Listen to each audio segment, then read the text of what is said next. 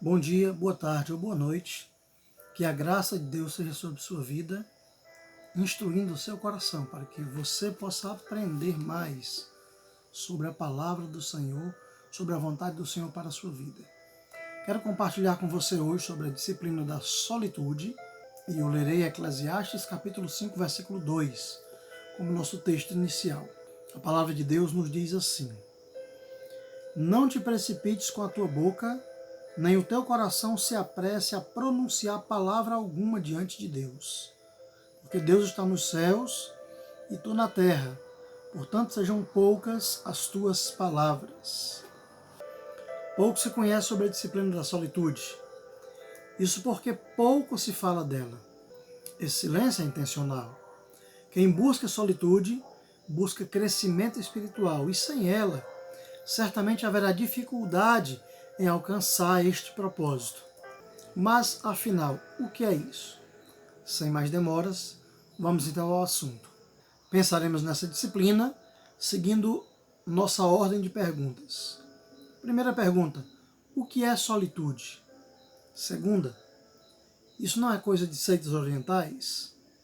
Terceira: há amparo bíblico para sustentar essa prática? E quarta pergunta: como poderemos trazer isso para a nossa prática espiritual? Então, iniciando com a primeira pergunta, o que é solitude? Alguns dirão que é solidão. É assim que o dicionário define. Mas há uma diferença significativa entre os conceitos de solidão e solitude. Solidão é vazio interior. Solitude é realização interior. Solitude não é um lugar, é um estado da mente e do coração. A nossa segunda pergunta diz: será que isso não é uma seita ou uma prática de seitas orientais? Não necessariamente. As seitas orientais podem fazer uso desta disciplina, mas isso não é privilégio deles. Sem dúvida alguma, a solitude é uma prática mais oriental do que ocidental. Os orientais têm mais familiaridade com essa disciplina. Isso se dá pela questão cultural. Os orientais são mais introspectivos que nós ocidentais. Enquanto nós gostamos mais de barulho e movimento, os orientais têm mais prática em meditação e solitude. Não é à toa que vemos isso em muitos grupos orientais. Caminhando para a nossa terceira pergunta, há amparo bíblico para sustentar essa prática? A resposta é clara e simples, sem dúvida. Não podemos nunca perder de vista o fato de que a Bíblia foi escrita no Oriente. Há muitos costumes orientais presentes na Sagrada Escritura. O mais importante para mostrar que essa é uma prática saudável é analisá-la na vida de Jesus. Jesus viveu em solitude do coração interior, mas também frequentemente experimentou a solitude exterior. Jesus começa seu ministério passando 40 dias sozinho no deserto. Mateus 4, 1 a 11. Ele passou a noite inteira sozinho no monte orando antes de escolher os seus discípulos. Lucas 6, versículo 12. Quando Jesus recebeu a notícia da morte de João Batista, retirou-se para um lugar deserto à parte, conforme Mateus 14, verso 13. Após a alimentação dos 5.000, Jesus mandou que seus discípulos partissem e ele subiu ao monte a fim de orar sozinho. Mateus 14, versículo 23. Depois da cura de um leproso, Jesus se retirou para lugares solitários e orava. Lucas 5,16. Com 3 de seus discípulos, ele procurou o silêncio de um monte solitário e ali aconteceu a transfiguração.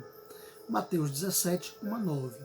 Antes de sua crucificação, Jesus foi ao Getsêmani para orar sozinho, conforme Mateus 26, 36 a 46, o que era uma prática comum de Jesus frequentar o jardim do Getsêmani. Então, queridos, eu acredito que já deu para você entender que esta disciplina espiritual era uma constante na vida de Jesus. Se ele a praticou, não há nenhum problema em que nós a façamos também. A solitude não é apenas aprovada pela Bíblia, ela é necessária às nossas vidas e ao nosso crescimento espiritual. Finalmente, a nossa quarta pergunta é: como podemos trazer isso para a nossa prática espiritual? A solitude está estritamente ligada ao silêncio e ao coração. Contudo, vivemos numa cultura que gosta de barulho e movimento. É necessário entendermos que nossa cultura tem aversão à solitude. Muitas pessoas entendem essa disciplina como solidão e isolamento. Só de pensar nisso, muitas pessoas ficam apavoradas. Isso se dá porque nos acostumamos com a vida agitada. Qualquer coisa diferente disso nos faz pensar ou associar solitude à depressão. Mas há uma enorme diferença entre isolamento depressivo e solitude. O primeiro é um estado involuntário que leva as pessoas à prisão e morte. Solitude é um estado voluntário que se busca com o propósito de descansar ou crescer espiritualmente. Uma é enfermidade, a outra é cura para a alma. Outra coisa que quero chamar a sua atenção é que Jesus sempre procurava tempo para estar a sós com o Pai. Solitude é uma boa condição para oração, mas isso implica também em uma mudança em nosso pensamento sobre oração, em nosso conceito de oração. Para nós, é muito comum orarmos em grupos ou sozinhos da maneira mais comum. Nós falamos, apresentamos nossas petições, cantamos, pedimos perdão, etc. Em seguida, nos levantamos ou saímos do recinto, por concluirmos aquele momento. Ou seja, nós entendemos oração apenas como uma verbalização, na maioria das vezes. Solitude tem a ver com estar em períodos de silêncio, lendo as Escrituras, orando e buscando nelas a orientação do Senhor. Oração, queridos, é uma via de mão dupla. Nós falamos, mas também ouvimos. Deus nos fala através de sua palavra e nós precisamos aprender a ouvi-lo.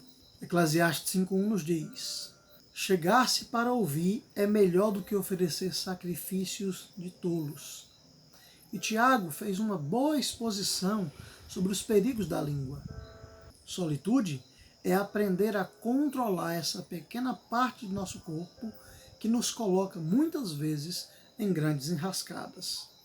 Então, aprendamos a bênção da solitude, procurando a presença de Jesus em oração e em estudo da palavra de Deus. Vamos finalizar com oração? Pai, nós te damos graças pela tua misericórdia sobre nós e pelo ensino desta disciplina que está relacionada à tua palavra e à tua vontade para as nossas vidas. Eu te peço, Senhor, que tu nos abençoe, que tu nos guarde de todo mal e que tu doutrine nosso coração. Assim eu oro em Cristo Jesus. Amém. Muito bem. Escreva aí nos comentários o que foi que você aprendeu de novo. Será que você já tinha conhecimento sobre essa disciplina? Se não, fale sobre suas impressões, para que todos nós que fazemos parte do grupo possamos ter o conhecimento daquilo que você já experimentou. Deus abençoe a sua vida em Cristo Jesus. Amém.